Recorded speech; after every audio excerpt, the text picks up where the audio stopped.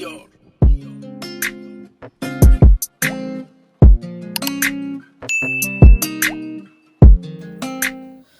up, y'all? Welcome back to my channel. This is Saving Stuff with Stephanie, where we are saving for future goals. We're cash stuffing to maintain financial discipline, all in hopes to become debt-free ASAP. And in today's video, we're going to go over how I started meal planning. Just to give a few pointers, it's really not a how-to. I'm just going to let you guys know, how I got started and kind of how my journey went.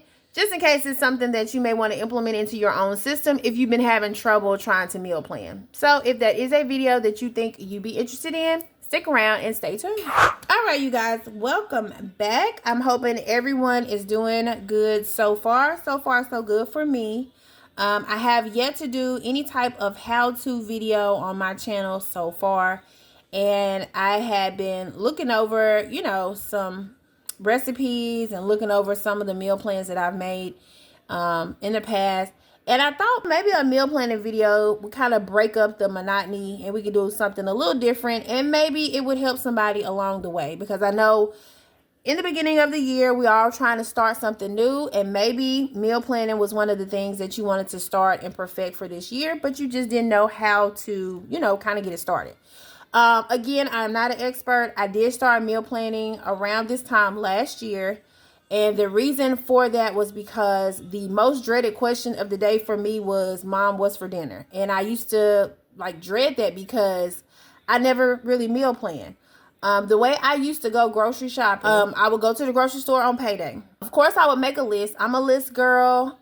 I love making lists. I'm going to make a list. But the things I was making lists for, I would do for just random things. So I would look at my refrigerator, look in the cabinets. If there was something that kind of jumped out at me that, I didn't have or we didn't have, I would write that on the list. So milk, eggs, butter, cheese, just regular things.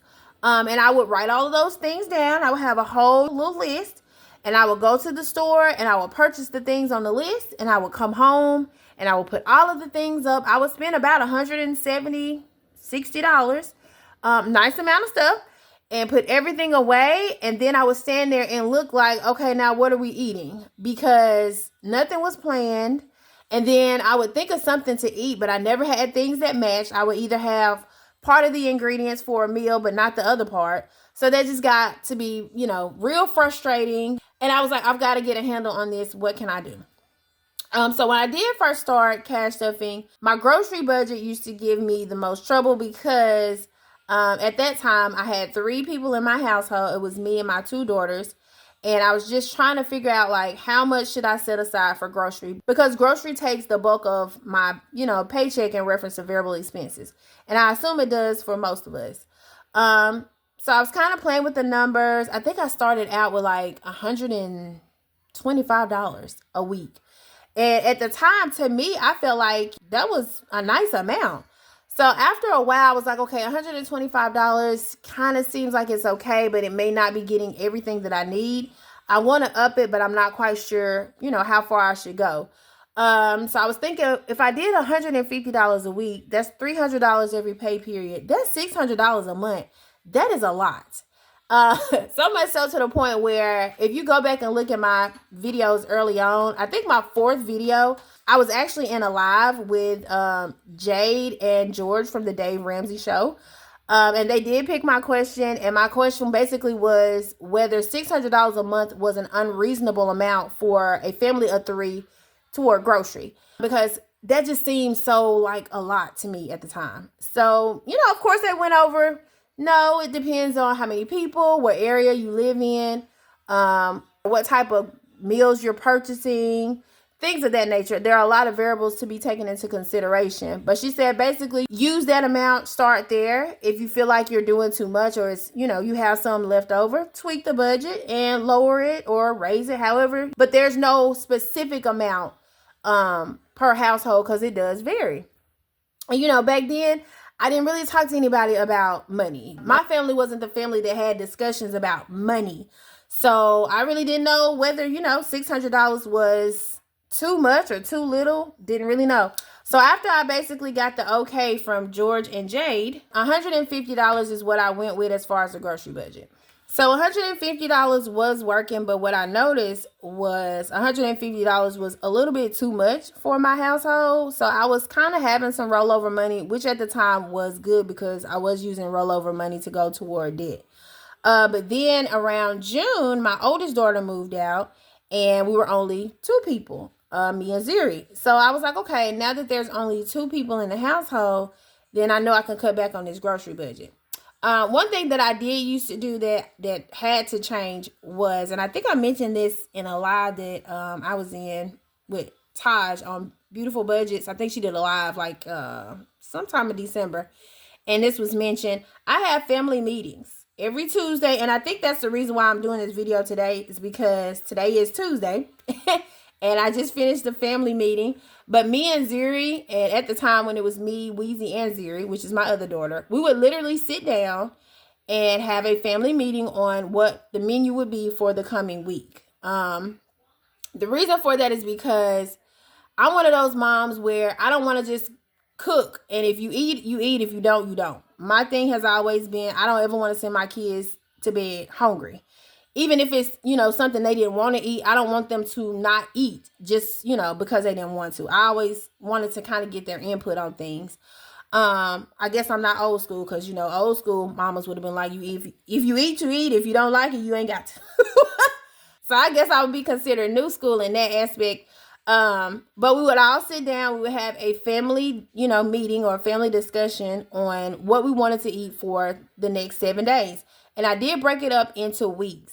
I do get paid every 2 weeks, but instead of me trying to meal plan for 14 days, which is, a very large task and a large amount of meals to try to configure, I said, let's just do everything based on the week. So I would grocery shop for the week. I would plan out my money for gas for the week, household for the week. Get ready for your poll of the day. Sorry, I had to turn my Alexa off. Once we made a decision on that meal plan or on that menu for the next 7 days, because everyone would have to agree on the meals that we set aside for those days. When we got up from that table, you can't go back and renege on those meals once it's time to cook them. So you've already agreed to it. This is what we've already said we're going to eat. This is what we're going to eat. And that actually did go over really well. I think the girls appreciated that they got an input on the meal or on the meals. And it went over really well. So what I would do, once we would have the meeting, we would all sit down and we would brainstorm about the meals that we wanted to cook for the week. So everybody, sometimes I would ask them, bring a new recipe to the meeting. Like if we're tired of eating the same thing, go find a recipe on Pinterest or a recipe on TikTok and bring it to the meeting, and we can all look at it and see if it's something that we're interested in, and if it's something that we can purchase based on the ingredients to cook the meal, we'll put it on the meal plan as like a new dish. So we did that, and it went over really well. So once Weezy did leave and it was just me and Ziri, of course it would be easier because my girls, they are like night and day. They don't like the same type of foods. So it was kind of difficult too, sitting down and getting everybody to agree on the same meals. And sometimes it took a little time, but we worked it out. But now that it's just two of us, it's a little easier. So what we do, I basically sit down and we're like, okay, let's plan out these meals. What do you want to eat? Is there anything that you want to try? And we come up with the meals, and I just write down, the dinner ideas. And then once the meals are planned out, we look at the days that we want to eat the meals. Right? We make sure we have 7 meals planned out for 7 days. Then what I do is I go to my kitchen and I look at what is needed to make these meals that I do not have versus what I already have. What I already have, great. What I don't have, I need to write those things down, and that's what I need to go grocery shopping for during the week. Of course, breakfast and lunch, we kind of eat around the same things for breakfast. She does eat lunch at school. She takes her lunch to school every day. And for me, I'm not real picky when it comes to lunch. I mean, I can eat a ham sandwich. Baby, I'm old school, raviolis. Okay, all of it.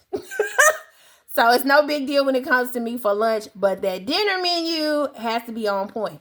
So, that was the main issue that we were having. Everybody was good with breakfast and lunch, but dinner. So of course, whatever I did not have on hand, to cook the meals, I would write those things down. Better yet, instead of me writing them down, I used to write them down. But what I would do is I would write all of the things on the list, and I would either leave the list at home or I would leave the list in the car when I got to the store. So instead of me writing them on a list, what I would do is on meal planning day, I would go and look and see what I don't have. And I have an Alexa. She probably heard me. I'm pretty sure a majority of us do. If you don't have one, you probably have a Google, some type of smart assistant that has a shopping list where you can basically tell her or him to put, those ingredients on your list. Because, one thing that you are going to have when you go into that store. See, there she go right there. Alexa, I'm finished. Okay, I'll stop reminding you. So use her for, she's good for some things. So I use her for my shopping list. She came in right on time. I use her for my shopping list, and I know I'm going to take my phone, to the store with me. So there's no, I'm left the list at home, or I have to go back out to the car to get the list. That phone is going to be in my hand. That list is on that phone. So you go get the things on the list. Try not to get anything else. And then, you go home and you put the things away. And now you are ready to cook the meals that you basically plan for. You are not going to waste as much food as you used to. I used to waste a lot of food because I would purchase things and I would be like, I might cook that. And I would never get around to cooking it. So I've wasted all of this food and all of this money because I wasn't intentional about cooking it. But now there is a plan. I can see it. It's set in stone. Everybody is aware of it. And the things that are needed to cook these meals, I already know are in the refrigerator or are in the pantry. And we stay consistent with doing this every week. And watch and see, y'all, how it helps with your grocery budget. You will have less waste. You will be more intentional with your meals. You may even have fun with the family meeting and going over new recipes with your kids if you have to, have those discussions with your children or your spouse. But make it fun. Make it something that you all look forward to doing every week. And plan out some meals and don't let it be a headache. And I'm not the person that actually likes to cook. If you watch my previous videos, I love cleaning, but I don't like to cook. But meal planning has actually helped to where I don't mind cooking. Like, I know what I'm going to cook. I know what to expect. So there's, it takes a lot of the guesswork out of it, a lot of the dread out of it. So if you're still trying to consider meal planning, or you can't quite figure it out, or, you just kind of haven't stuck with it, kind of couple it with something else that you like. I already liked budgeting. So I knew if I incorporated meal planning into my budgeting time, or put it in my budgeting book somewhere where, it's close to the budget, since that's something I already like to do, then it would make me want to like to meal plan as well. Okay? So like I said, I'm not an expert, but it has worked out for me. As you guys can see, every week, usually I have some type of rollover money because I finagle with the numbers with my grocery budget, and we've kind of come to terms with a good amount. And we eat, like I say, y'all, we eat every day, and it ain't no beans and rice. Okay? All right, you guys. So I hope you all did enjoy this video. Again, just some pointers if you're trying to figure out how to do it. You don't quite know, what to do or how to format it. Just make you something cute where you can sit down and write everything down. Everybody can see it. If you want to keep it in your planner, great. If you want to post it on the refrigerator, so if they have questions or, what's for dinner, there is a plan up there. So, yep, that's what I do, and it has worked for me, and I'm hoping that I said something in this video that resonates with you and works for you. All right? All right, you guys, if you did enjoy the video, but you haven't yet to subscribe, please hit the subscribe button, hit the like button, smash the notification bell so you are notified when I upload another video, and leave me a steak in the comments. Yes. All right, you guys, I will see you all in the next one. Bye.